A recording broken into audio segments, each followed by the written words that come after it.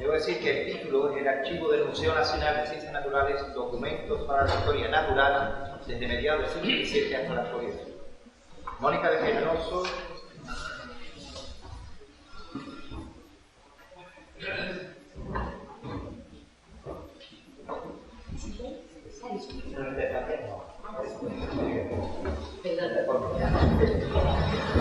Mónica es licenciada con grado sobresaliente cum laude por la de Filosofía y Ciencia de la Educación, recibiendo el premio extraordinario de licenciatura por la Universidad de Barcelona y posgraduada en Documentación por la Universidad Complutense de Madrid.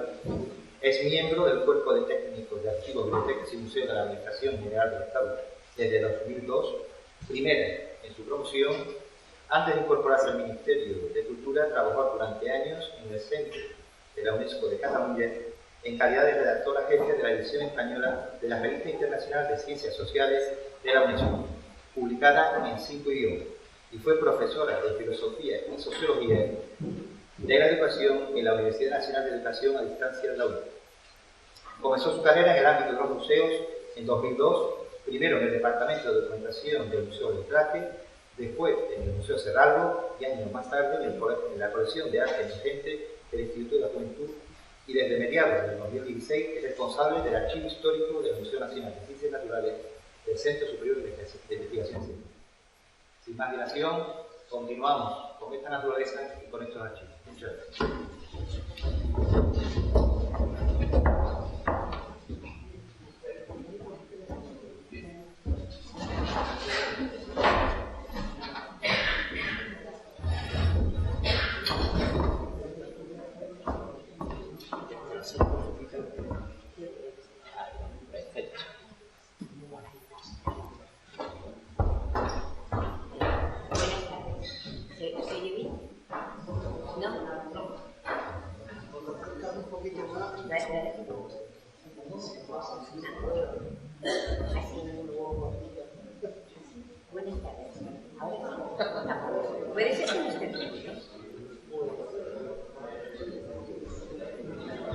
¿Por qué el señor Reguero sí le oía también y a mí no?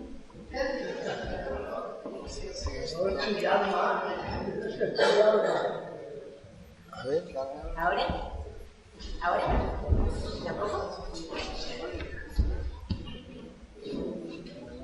Estaba apagado.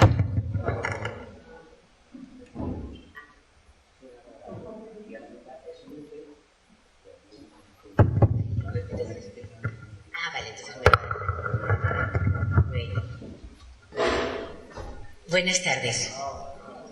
Me siento un poco intimidada después de que mi intervención sea después de la del señor Delibes, porque debo decir que es una persona, además de que habla muy bien y sabe muchísimas cosas, en el Museo de Ciencias Naturales le tenemos especial cariño y especial respeto. O sea que por un lado estoy intimidada y por otro lado me siento muy orgullosa de seguir a continuación de su presentación. En primer lugar, en nombre del Museo de Ciencias Naturales, quiero dar las gracias a la Presidencia, a la Dirección Científica y a Manolo Barea, el coordinador de estas jornadas, su octava edición, esta vez dedicadas a la naturaleza, por invitar al archivo del museo a presentar esta ponencia. El Museo Nacional de Ciencias Naturales, uno de los centros emblemáticos del Consejo Superior de Investigaciones Científicas, el CSIC, participa habitualmente en seminarios y congresos con sus homólogos en el ámbito de la geología, de la zoología y la biodiversidad. Y también comunica sus estudios a sus pares y presenta sus colecciones al gran público. Pero la presencia del museo en jornadas dedicadas al patrimonio documental no es tan frecuente.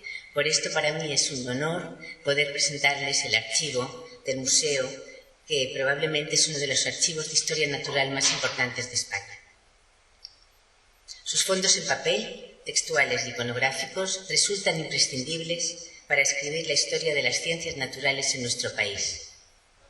Además, sus dibujos científicos, creados con afán naturalista, de estudio taxonómico e investigación animal, son también hoy colecciones de arte bellísimas y forman parte de nuestra herencia cultural.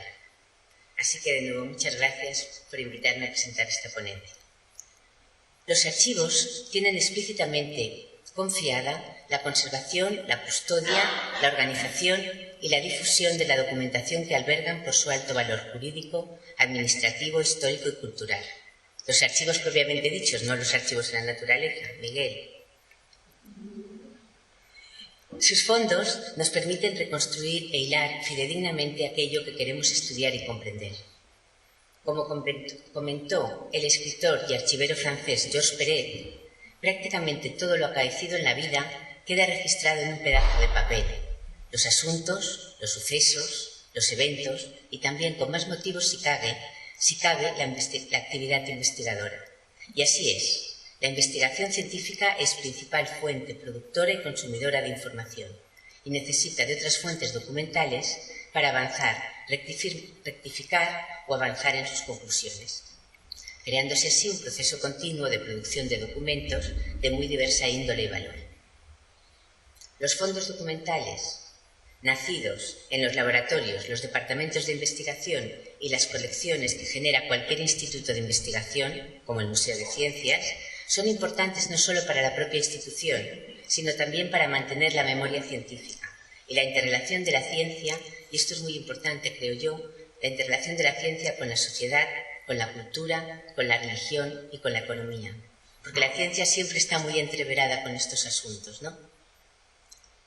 El archivo de museo, como archivo, El archivo de museo, como archivo científico, recoge una parte esencial de la historia natural española desde mediados del siglo XVIII y describe el nacimiento y evolución de la ciencia en un momento en el que el país estaba debilitado. Pero con Carlos III, el espíritu de la Ilustración llega a la corte y con él un proceso renovador, cultural y científico. Con sus miembros y colaboradores, el conde de Aranda, el conde de Floridablanca, el conde de Campamanes y el marqués de Grimaldi, España se reengancha a Europa. A ver, sí. ¿Así mejor? Vale. Bueno, pues con todos estos señores tan importantes, junto con Carlos III, España se reengancha a Europa. Se fundan las Reales Academias de Medicina y Cirugía, las escuelas de veterinaria, de matemáticas, mineralogía, ingeniería, los observatorios astronómicos, los laboratorios de química, los centros de cartografía, las bibliotecas, los archivos y las muy conocidas sociedades económicas de amigos del país. De todas las instituciones nacidas en el siglo XVIII, la más importante para la historia natural en general y la zoología en particular fue sin ninguna duda el Real Gabinete de Historia Natural, fundado por Carlos III en 1771, germen actual del Museo Nacional de Ciencias Naturales. El Real Gabinete y el redescubrimiento de América con las expediciones científicas colocaron a las ciencias naturales por fin en el mapa. España quiere participar de la escritura de la ciencia.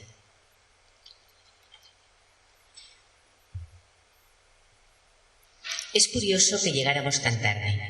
El país que da la primera vuelta al mundo, que circunnavega la Tierra, con la expedición épica de Magallanes y Elcano, quedará al margen de la revolución científica de los siglos XVI y XVII. La ciencia moderna de esos siglos no debe nada a nuestros matemáticos, casi nada, a nuestros matemáticos, a nuestros físicos y a nuestros químicos. Y los naturalistas, los que quizás hubieran podido aportar algo, se limitaron a aspectos muy descriptivos que no fueron publicados o lo hicieron con retraso, quedando de este modo olvidados para la comunidad científica.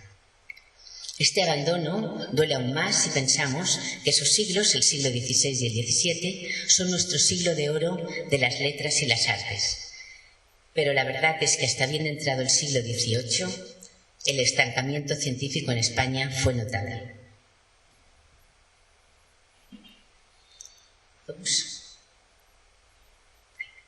Aunque tarde, y pese a poco el interés mostrado por la historia natural en los siglos precedentes, en el siglo XVIII España intentó hacerse un sitio en el panorama europeo y lo consiguió con sus numerosas expediciones científicas patrocinadas por la corona. Estas fueron lideradas por médicos, por farmacéuticos, por botánicos, por zoólogos. que exploraron casi toda América, Filipinas y África Occidental. En esta exhaustiva actividad exploradora se recolectaron enormes cantidades de ejemplares zoológicos y botánicos, se escribieron miles de páginas y se pintaron cientos de láminas de historia natural. El archivo del museo y también el del Jardín Botánico son hoy depositarios de este ingente y valiosísimo legado, que llegó de todas partes del mundo.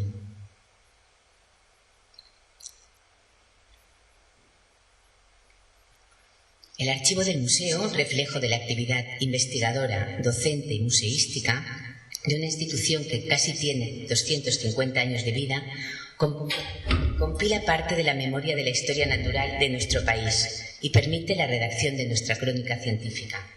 El conocimiento que aportan sus colecciones, que siguen creciendo por donaciones, adquisiciones y transferencias de las distintas unidades de producción del museo, como son los laboratorios, las colecciones, dirección y administración, es muy interesante no solamente en el campo de las ciencias, sino también en otras áreas que tradicionalmente estuvieron asociadas a la historia natural, como son la arqueología, la antropología e incluso las artes decorativas.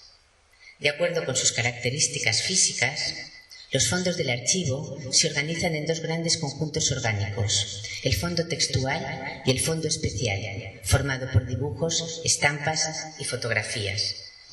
Los fondos se organizan en 10 grandes cuadros de clasificación que pueden leer en la pantalla.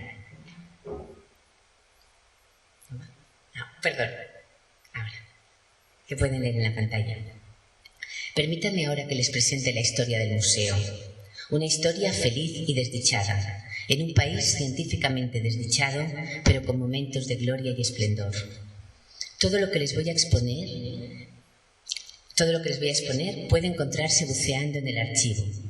Así, la historia de la institución me permite presentarles sus fondos de una forma un poco más amena. El museo es heredero del Real Gabinete de Historia Natural, que fue creado en 1771 por Carlos III con la implicación del conde de Floridablanca. Se creó a partir de las excelentes colecciones de Pedro Franco Dávila, un criollo nacido en Guayaquil, hoy la República de Ecuador. Cuando tenía 34 años, Dávila abandonó el comercio a disgusto de su padre y se instaló en París. Y allí creó durante 33 años un magnífico gabinete de historia natural. Dicen que el mejor que ningún particular hubiera reunido. Incluso se habla que superaba al del rey de Francia. Dávila se trasladará a España en 1772 para instalar y dirigir su propio gabinete, ya convertido por Real Orden en Real Gabinete de Historia Natural. En el gabinete destacaban la mineralogía, la malacología, es decir, las conchas y los moluscos, y otros invertebrados como corales, esponjas y equinodermos. Pero además de animales, plantas y minerales, el gabinete de Franco Dávila reunía colecciones conocidas entonces como curiosidades del arte, aquellos objetos singulares del gusto de la época, como indumentaria, pinturas, instrumentos musicales, armas, bronces y toda clase de artículos exóticos procedentes de los rincones del mundo por entonces conocido. Incluso en 1776, Carlos III depositó el tesoro del delfín, herencia de su abuelo, el gran delfín de Francia. Lo depositó en el Real Gabinete por la rareza de sus materiales y el interés científico que no artístico del conjunto. El tesoro o alhajas del delfín es un conjunto de vasos preciosos realizados con piedras naturales, labrados en la masa del mineral y ornados con guarniciones de metales preciosos enriquecidos con esmaltes y piedras también preciosas. Dávila, antes de llegar a España, publicó en París una obra en 3 volúmenes, en la que describía sus colecciones, el catálogo sistemático y razonado de la naturaleza y del arte, de las curiosidades de la naturaleza y el arte. Esta obra fue considerada por muchos naturalistas de la época, incluso posteriores a él, un auténtico tratado de historia natural por la sutileza en las agrupaciones de su familia y el minucioso detalle en la descripción de las especies. Dávila, por ejemplo, incluyó las esponjas y corales en el reino animal, algo que aún debatían muchos naturalistas del momento. En el museo nos gusta hablar de Franco de Ávila como del criollo erudito, porque su catálogo razonado es una prueba indiscutible de la profundidad de sus conocimientos naturales. El Real Gabinete se instaló en el Palacio de Goyeneche, en la calle de Alcalá, y compartió sede con la Real Academia de Bellas Artes de San Fernando. Una inscripción en el frontispicio de la elegante portada de granito plasmaba el ideal ilustrado: reunir bajo un mismo techo la naturaleza y el arte para utilidad pública. El Real Gabinete fue un acontecimiento en la España ilustrada. Abrió sus puertas en 1776 y fue el primer museo público de España. Desde su inauguración, ¿se pueden leer bien los...? Vale. Desde su inauguración colaboró con Dávila el canario José Clavijo, quien asumió el gobierno del gabinete a la muerte de Dávila. Clavijo se ocupó incluso de los uniformes del personal, pero su aportación más importante fue sin duda la traducción de la historia natural del conde de Buffon. Con ella se creó el vocabulario científico en castellano y un elemento para difundir la historia natural. Dávila y Clavijo fomentaron el estudio científico a través de la exposición ordenada de los especímenes. Para incrementar las colecciones, instaron a las autoridades de los territorios de ultramar a enviar a la península todas aquellas producciones naturales que resultaran de interés, y además apoyaron numerosas expediciones científicas en su afán de conocimiento. Las expediciones científicas de los siglos XVIII y XIX serán un asunto recurrente en esta charla. En la pantalla se recogen los distintos viajes de exploración que pueden encontrarse buceando en los fondos del archivo.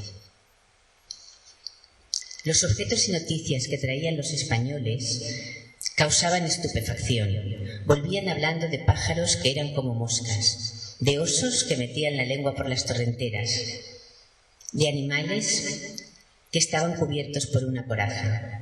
Todas eran criaturas desconocidas para nosotros, y los expedicionarios fueron motor de conocimiento, se convirtieron en motor de conocimiento. Los estudiosos mandaban producciones naturales y curiosidades del arte a la península, que en el mejor de los sentidos se nos había quedado pequeña. El archivo es legatario, además de una abundantísima información administrativa, de correspondencia, diarios de viajes, listados de especies y dibujos que ilustran y ayudan a comprender la envergadura de tales empresas, orquestadas con precisión, pero con enorme capacidad de improvisación en su desarrollo. Pero sigamos con el Real Gabinete. La verdad es que la charla tiene mucho que ver con lo que estuviste hablando. Otro nombramiento crucial fue el puesto del pintor y disecador, que recayó en la figura de Juan Bautista Bru, merecedor de méritos tales como la reconstrucción del megaterio, que llegó de tierras argentinas en 1788. Este fue el primer montaje de un esqueleto fósil, de un vertebrado fósil, que se hizo en el mundo, el primero, y marcó un hito en la historia de la paleontología. Pero Bru no solo montó el esqueleto, además elaboró una monografía con una... ¿Hay mucho eco? ¿O está bien? Elaboró una monografía con una detallada descripción del megaterio, aún no tenía nombre, se llama Un esqueleto cuadrúpedo muy corpulento y raro, que lo acompañó con dibujos de gran tamaño, dibujos osteológicos de huesos de gran calidad. La monografía fue publicada por Josep Garriga en 1796. Estamos hablando de hace mucho tiempo, la importancia es realmente decisiva, ¿no? Más tarde volveremos a Bru, pues este cuenta con una mancha en su honor recientemente descubierta. El propio Carlos III manifestó un interés constante por la institución y donó al Real Gabinete no solo el tesoro del delfín que ya les comenté, sino también, a la muerte del elefante indio que vivió 3 años en el Palacio de Aranjuez, dio orden para que Bru lo disecara y lo mostrara en el Real Gabinete. Tanto fascinaron a Carlos III estos animales grandes y exóticos, llegó a tener 4 elefantes, Carlos III, 1 en Nápoles y 3 en España, que cuando vio montado el megaterio, escribió al virrey de Río de la Plata pidiéndole que le mandara uno vivo, pero un poco más pequeño, señaló, sin saber que estos animales habían desaparecido hacía 10.000 años. En 1776 llega desde Buenos Aires un oso hormiguero gigante, una hembra. La llamaban la osa palmera. Y el animal encandiló de tal modo al rey que mandó hacerle un retrato a tamaño natural, que se conserva en el museo. La osa provocaba la admiración de propios y extraños, mientras correteaba sobre las mullidas alfombras de las estancias regias del Palacio de Aranjuez. No habían visto nada igual las personas que la contemplaban. La osa llegó en verano, pero murió en enero, 6 meses más tarde, seguramente por falta de hormigas, comentó la investigadora Namazo.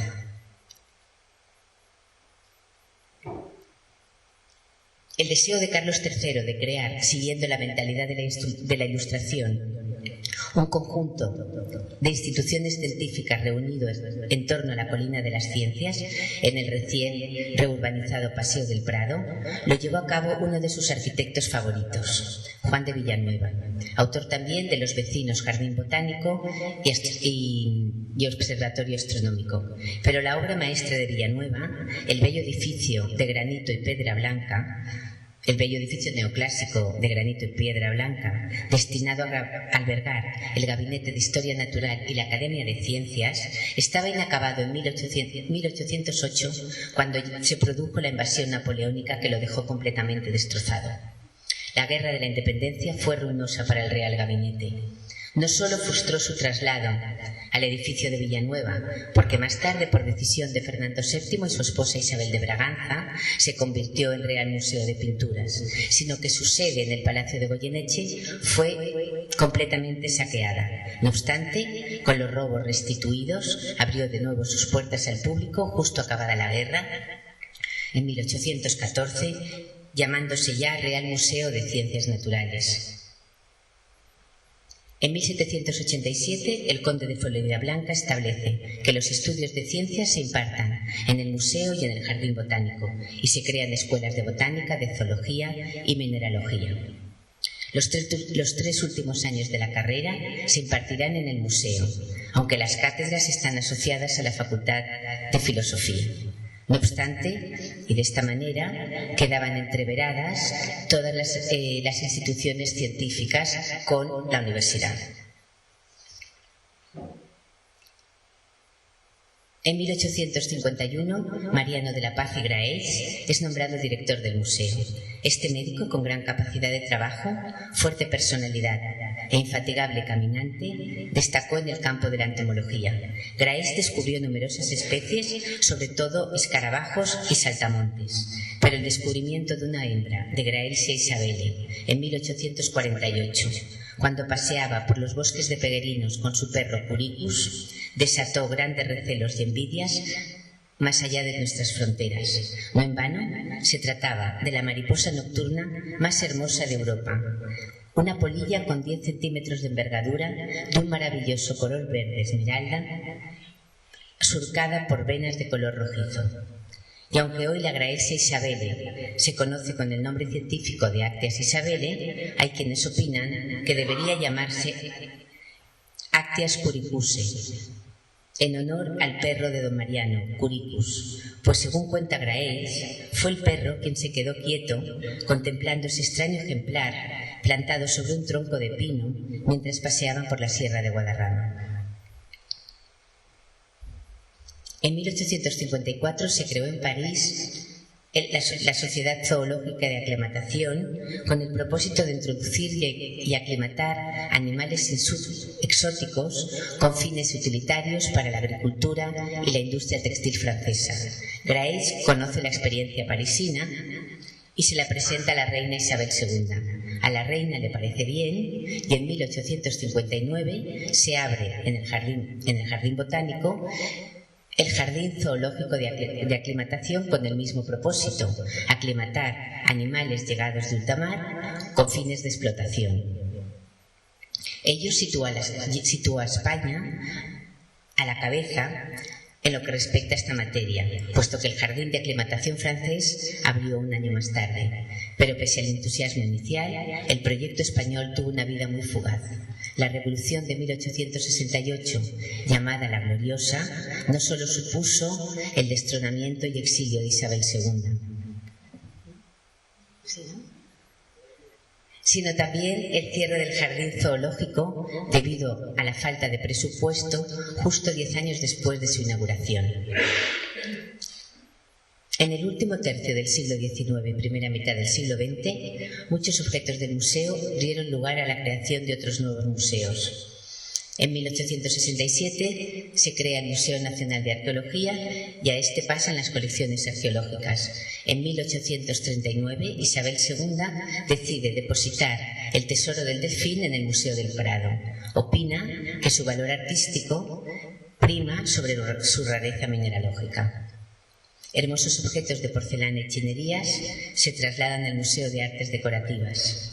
Las piezas de interés antropológico y las pinturas de castas o pinturas de mestizaje irán al Museo Nacional de Antropología y al Museo de América. Y aunque los fondos del museo ya no disfrutan de tales piezas, gran parte de la documentación que las acompañaba y sus inventarios se conservan en el archivo y sirven al estudioso para contar la vida y averiguar la procedencia y el final de tan curiosas colecciones.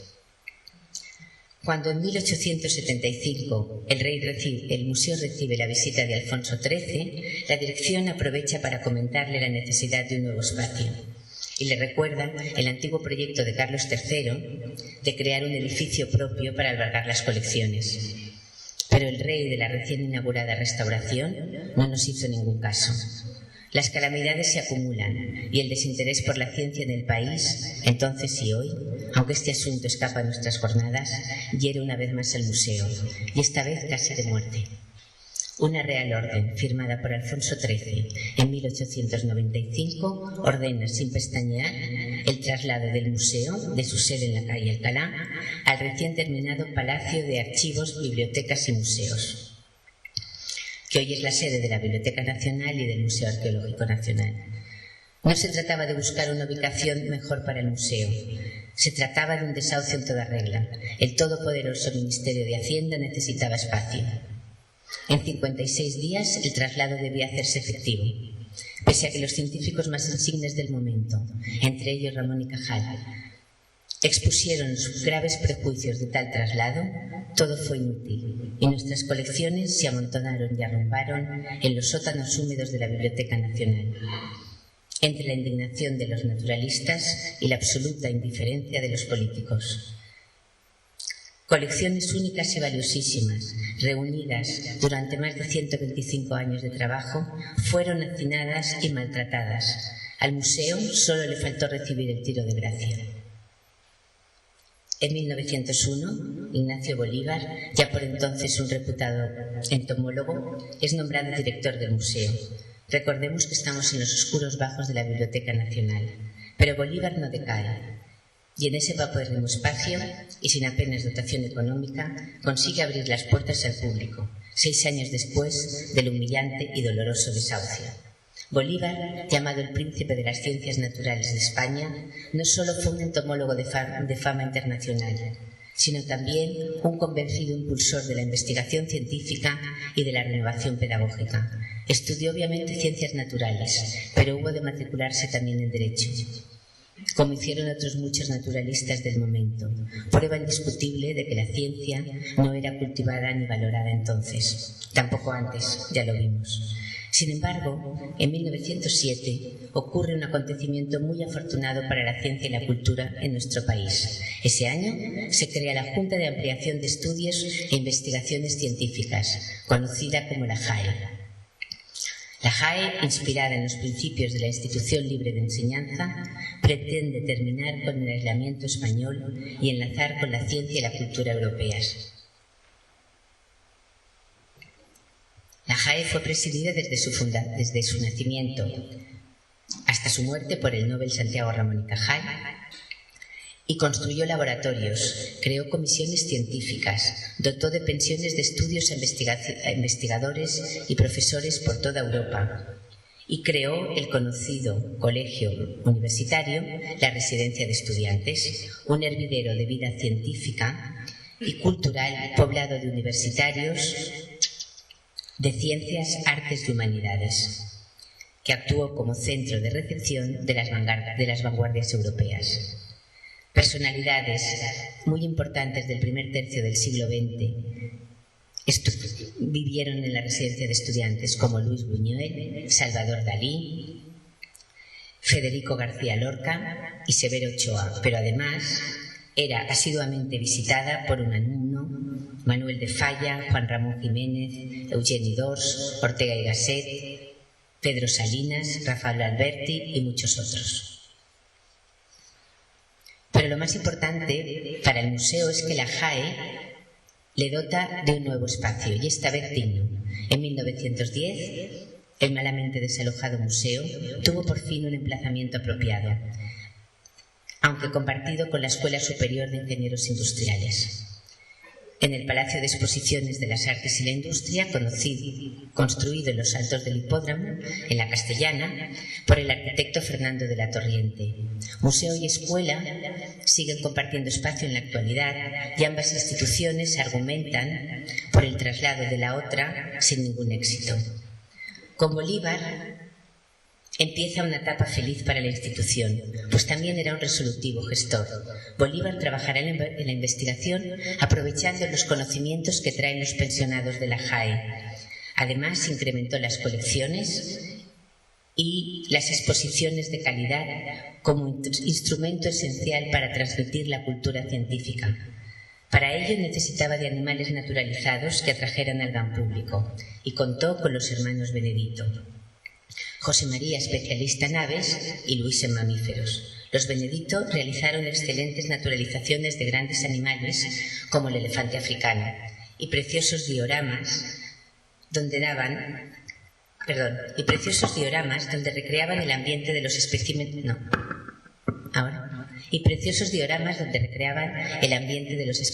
naturalizados. Los Benedito daban movimiento y vida a aves y mamíferos y los disponían en un entorno natural con un sentido singular del comportamiento biológico, creando obras maestras de la taxidermia mundial. Los hermanos Benedito reunían los conocimientos del dibujante, del anatomista, del escenógrafo y del escultor. Y así captaron la postura y el volumen corporal, el equilibrio de proporciones y el gesto del animal. En esta colonia de abejarucos se observan más de 2 docenas de pájaros. Ni uno solo repite pose.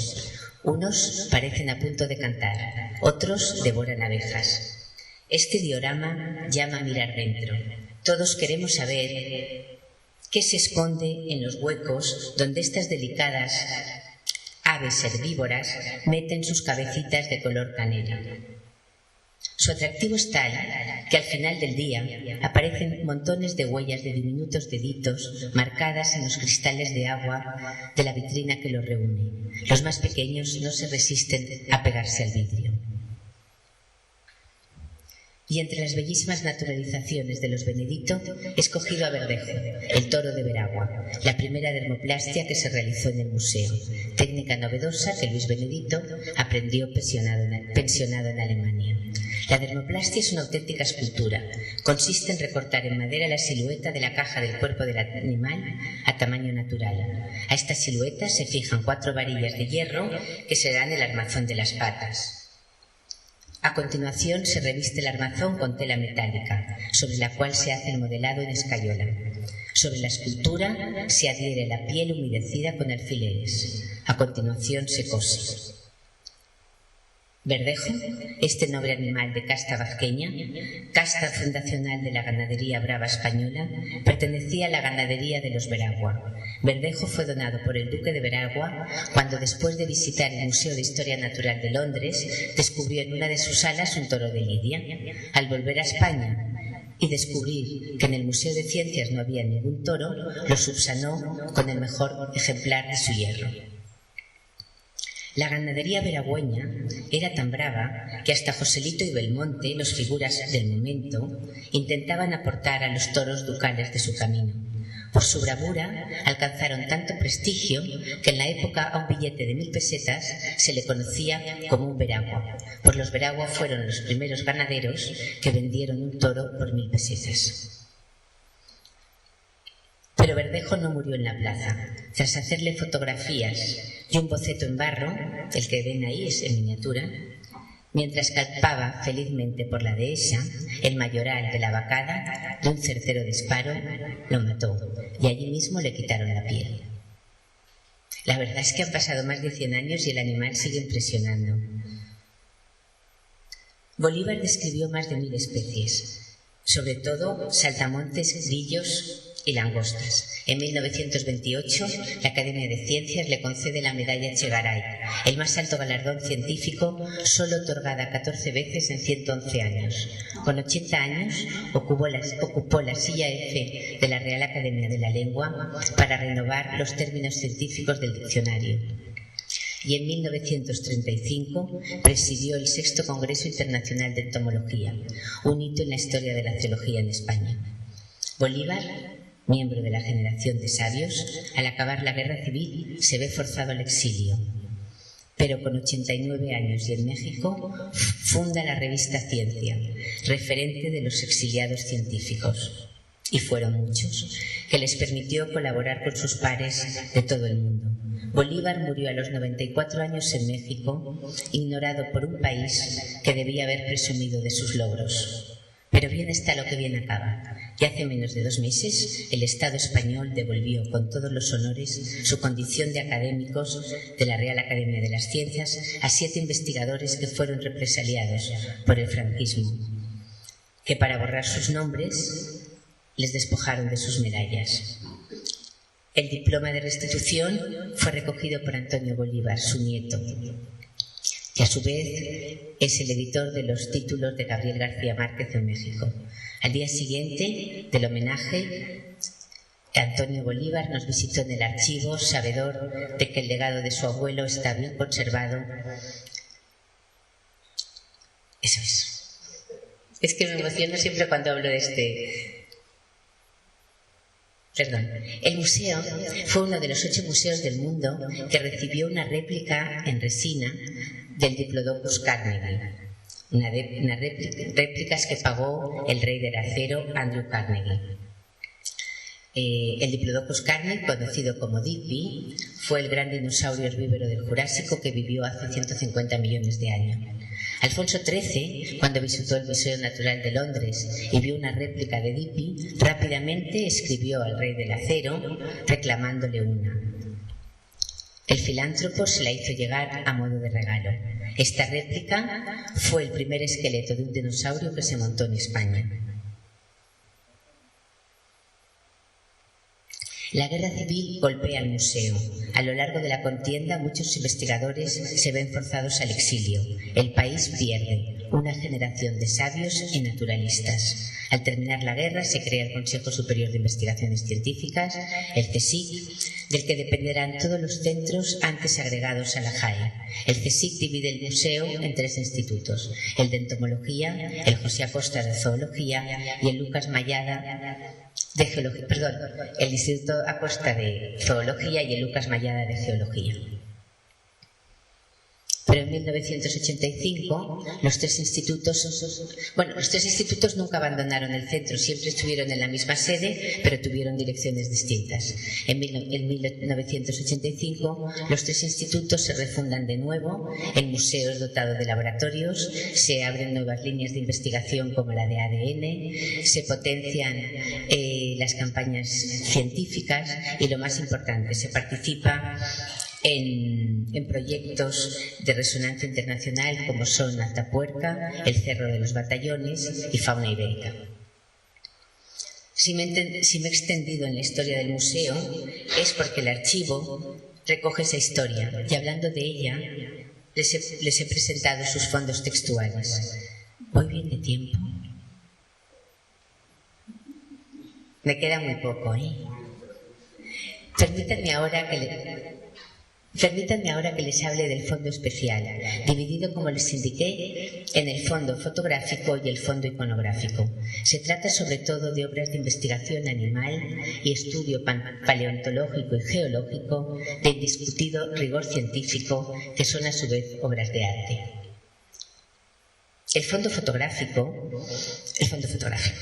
Desde que en 1839 François Arago presentó el primer daguerrotipo en la Academia de Ciencias de París, la fotografía se convirtió en un instrumento esencial para el estudio de la naturaleza.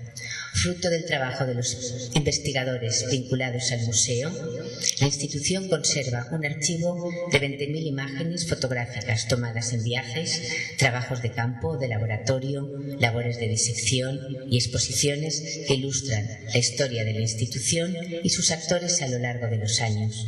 Las técnicas y soportes corren paralelas a la evolución de la fotografía. Partimos de los negativos en vidrio al colodión húmedo hasta llegar a la película plástica y las copias positivas a la albúmena hasta llegar al revelado químico. Merece un lugar destacado la colección fotográfica de la Comisión Científica del Pacífico, la aventura ultramarina más importante emprendida por la España isabelina a tierras americanas en el siglo XIX. En ella participaron notables naturalistas del museo, entre ellas Francisco de Paula Martínez, quien escribió un detallado diario conservado en el archivo, donde expone la lucha constante entre los naturalistas movidos por un incondicional servicio a la ciencia y los marinos isabelinos, intransigentes conquistadores de un nuevo especismo que obviamente estaba perdido. Esta fue la primera expedición de la historia que contó con un fotógrafo, Rafael Castro y Ordóñez. Este fotógrafo, para preparar el material, contó con la ayuda de Charles Clifford, un fotógrafo inglés que trabajó al servicio de Isabel II. Esta colección se compone de 450 registros, negativos en placas de vidrio y positivos a la albúmina, que recogen ciudades, paisajes, monumentos, tipos humanos, quizá es lo más curioso, lo que los historiadores más reclaman, y los retratos de estudio. Otro fondo fotográfico de gran interés por su contenido geológico y paleontológico es el de José Royo Gómez, que como tantos otros también tuvo que abandonar España tras la guerra. Con sus trabajos de colecta y excavaciones ingresaron en el museo miles de ejemplares físicos, pero también un magnífico fondo textual y un notable archivo fotográfico sobre yacimientos, ejemplares fósiles y estructuras geológicas de España y otros países europeos. Destaca también el fondo de Eduardo Hernández Pacheco, un fondo geológico que muestra una fotografía física y humana ya desaparecida o transformada por la acción del hombre. Ilustra la historia del museo, imágenes de sus salas de exhibición, los laboratorios de investigación y taxidermia, los retratos de los científicos más ilustres en sus puestos de trabajo, las clases de ciencias naturales, los ejemplares de exposición y los viajes de estudio y exploración. Y veamos por último el fondo iconográfico. Una colección científica bellísima formada por más de 12.500 dibujos y grabados.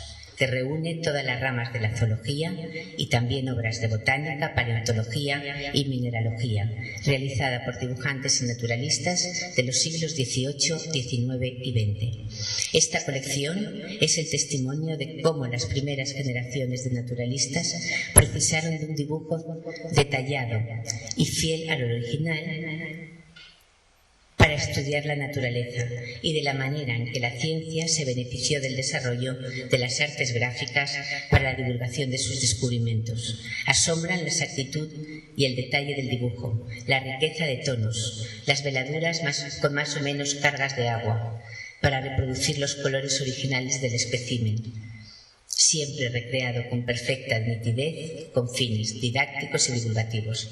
Quiero decir con esto que el pintor científico no se permitía ninguna licencia artística, hacía exactamente lo que veía. La gran mayoría de las representaciones corresponden a diferentes especies animales. Entre las técnicas empleadas destacan los dibujos a grafito, carboncillo, tinta, sanguina, acuarelas y aguadas a color o grisallas. En las estampas encontramos xilografías, grabados en hueco, alburil, aguafuerte y aguatinta.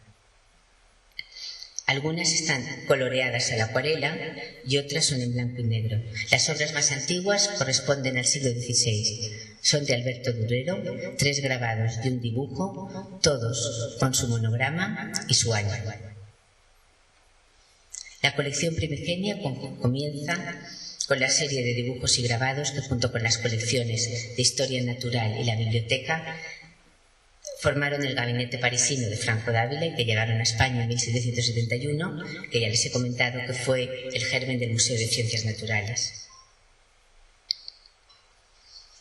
Uno de los tesoros más valiosos es sin duda la colección del médico, pintor y naturalista holandés Johannes Lefranc van Berkel, comprada en subasta pública en 1785 por el cónsul de España, Ignacio Jordán Dassó, para el recién creado gabinete. He de decir que Jordán Dassó era un naturalista, además de político y diplomático, fue también un naturalista aragonés de bastante relevancia.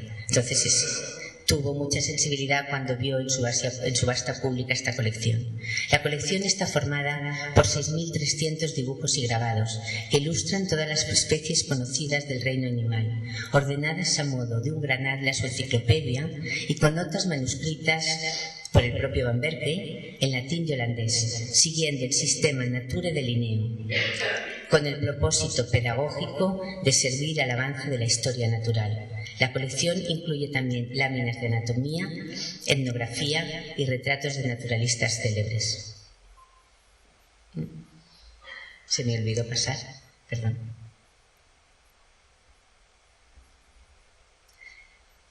Los dibujos realizados sobre papel percurado de gran calidad son sobre todo acuarelas. Para formar la colección, Van Berkel, además de servirse de sus propios dibujos, era un excelentísimo dibujante, sobre todo de insectos.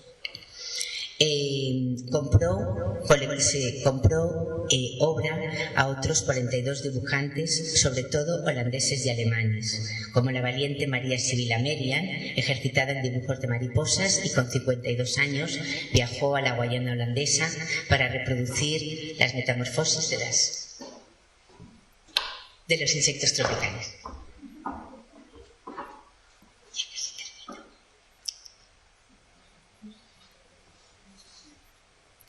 Las estampas de la colección proceden de unas 40 obras zoológicas editadas en los países del norte y del centro de Europa, donde las artes gráficas estaban más desarrolladas. Estas colecciones, reunidas por Van Berkel a lo largo de más de 40 años, al modo de los gabinetes de dibujo de la época, es quizás la muestra iconográfica más completa del mundo del conocimiento científico que se alcanzó en el siglo XVIII en el ámbito de la zoología. Y recuerdan, esto lo voy a contar y recuerdan que al principio de mi presentación les comenté que el disecador y pintor Juan Bautista Bru, el que montó el megaterio, se le descubrió recientemente una mancha en su honor. Pues ahí va. El siglo de las luces fue el siglo en el que la calcografía despegó como instrumento de divulgación científica. La naturaleza se convirtió no solo en objeto de estudio y de prestigio social, sino también en fuente de riqueza. Y en este contexto, Carlos III encarga a un alto funcionario, Antonio Sáñez Reguar, la redacción de un informe sobre las técnicas pesqueras y el estado de las pesquerías españolas. Era urgente aumentar el número de capturas para alimentar a una población en crecimiento que dependía del bacalao que España estaba obligada a importar a su más virulento enemigo del momento, Inglaterra. Para ilustrar tan ambiciosa obra, Sáñez Reguar encontrará a su dibujante de peces en Santander, un joven soldado esquivo de origen alemán y un hábil dibujante. Se llamaba Miguel Cros. Juntos viajaron por las costas españolas. Cros dibujando peces y Reguar describiéndolos y hablando de las técnicas de las pesquerías. Para conseguir plasmar estos colores, Miguel Cros, a quien no le gustaba nada el mar, se embarcaba con los pescadores y los dibujaba justo después tras la captura, en alta mar, pues es imposible mantener estos colores horas después, porque los peces pierden su innata coloración, la perdían en cuanto llegaban a tierra, ¿no? Las acuarelas de Cros eran de tan alta calidad que el ministro Floridablanca dispuso fueran grabadas al cobre e iluminadas en la Calcografía Nacional, que entonces compartía espacio con la Academia de Bellas Artes y con el Real Gabinete. El encargo inconcluso de grabar e iluminar las acuarelas recayó en Bru. En el momento del encargo, Cros había desaparecido y Bru, consciente de la excelente ejecución de los dibujos, no dudó en apropiárselos. Así, sin pudor, hace grabar su firma en muchas de las matrices de cobre que se estampan, que tampoco fueron realizadas por Bru, sino por dos estampadores muy importantes del momento, como fueron Miguel Gamborrino y Manuel Navarro. Aunque esta apropiación indebida fue conocida casi desde el principio por Clavijo, quien trabajó con Dávila desde el inicio del Real Gabinete, fue solo a partir de las investigaciones de Javier López Linaje y de la posterior novela El dibujante de peces de Juan Carlos Herbex que se ha revelado abiertamente que Cros fue el verdadero artífice de los dibujos. Estos dibujos se conservan en el archivo. Importantísimos también fueron los dibujos realizados por las distintas expediciones científicas en las colonias de ultramar. Ya no eran viajes de conquista y evangelización, sino de exploración y conocimiento. De entre todos he escogido este conjunto de aves y mariposas que pertenece a la Expedición Botánica de Nueva España. Se trata de dibujos naturalistas realizados por excelentes pintores, que con oficio y habilidad trasladaron al papel aquellas aves tan fascinantes como desconocidas, siempre con ejecución precisa y aplicación científica.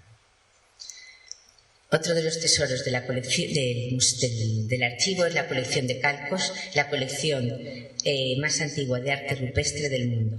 Esta colección es el resultado del trabajo de la Comisión de Investigaciones Científicas y Paleontológicas, que tuvo la sede en el museo. La comisión viajó durante casi 25 años por toda la geografía española,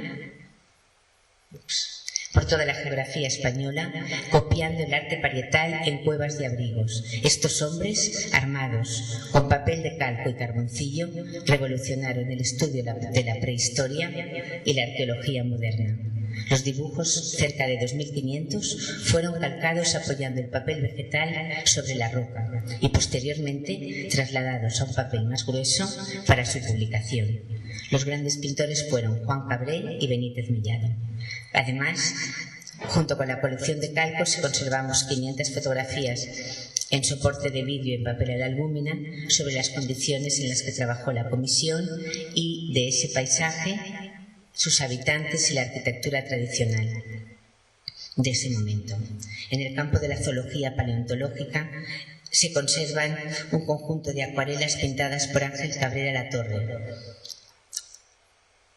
mundialmente reconocido zoólogo y divulgador, que trabajó en la sección de mamíferos del museo hasta que se instaló en Argentina, donde hizo grandes descubrimientos fósiles en el Cono Sur. Cabrera Torre pinta los animales extintos en grisallas y los vivos a color.